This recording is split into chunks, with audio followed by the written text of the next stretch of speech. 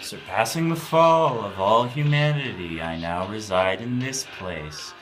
I don't think it's an apocalypse though, because people tell me it's not an apocalypse. But they haven't offered as much value, but it seems different. But it seems the same. Moon.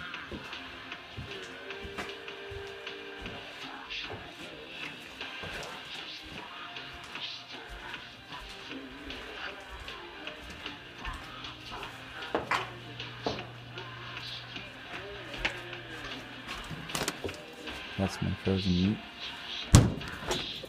That's my lemon juice and pickles.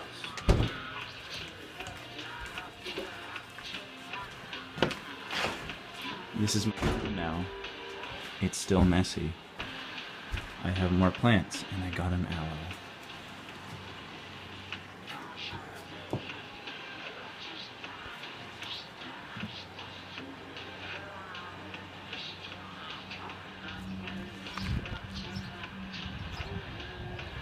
That's my room.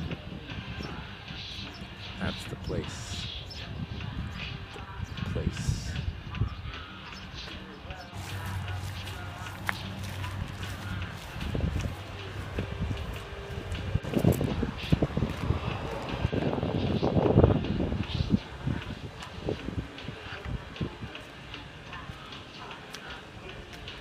Yeah, I'm in that.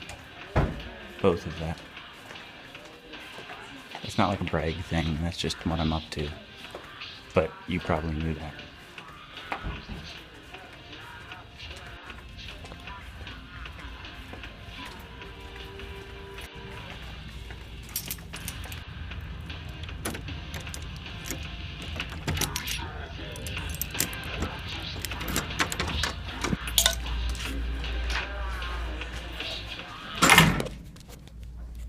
And now time to vocal practice.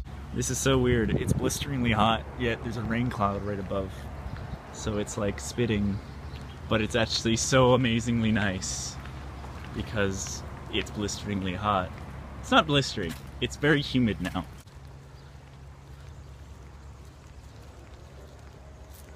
Ugh, this feels so weird. It's like 30 degrees, maybe Celsius, and raining. It's nice.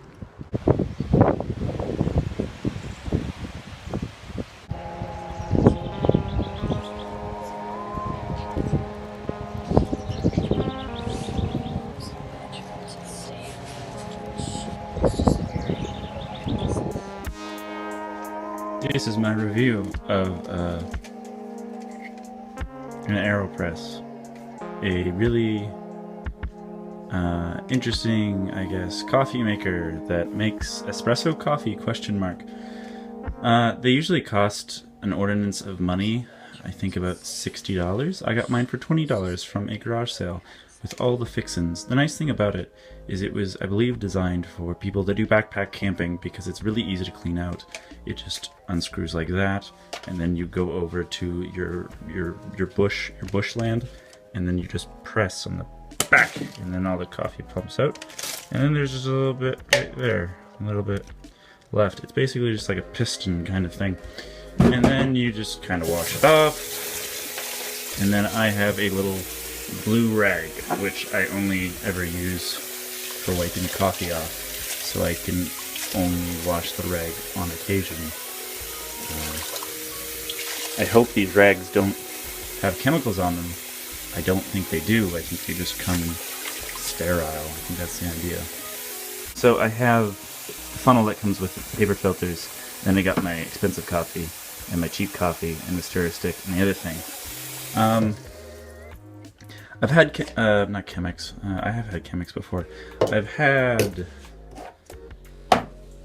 Aeropress before, but I probably, it wouldn't be a gadget I'd spend money on. The thing I've used previously in the past is this little thing, which is really cheap, and these paper filters are like really cheap too. and it makes fine coffee, but you know, this was 20 bucks, and then these filters, from my understanding, are dirt cheap. So cost effective wise, I think that the initial investment's probably more, but I think that it'll work out fine. Ignore the real, wow, I need to do those. One sec.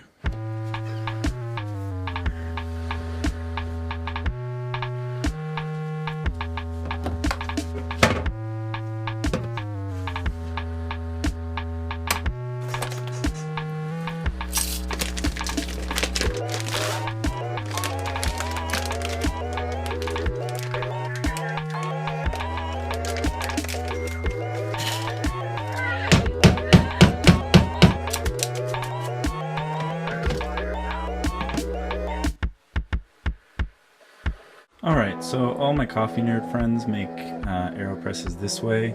This is not the way that the instructions say. The instructions say that you should make it like this and like that.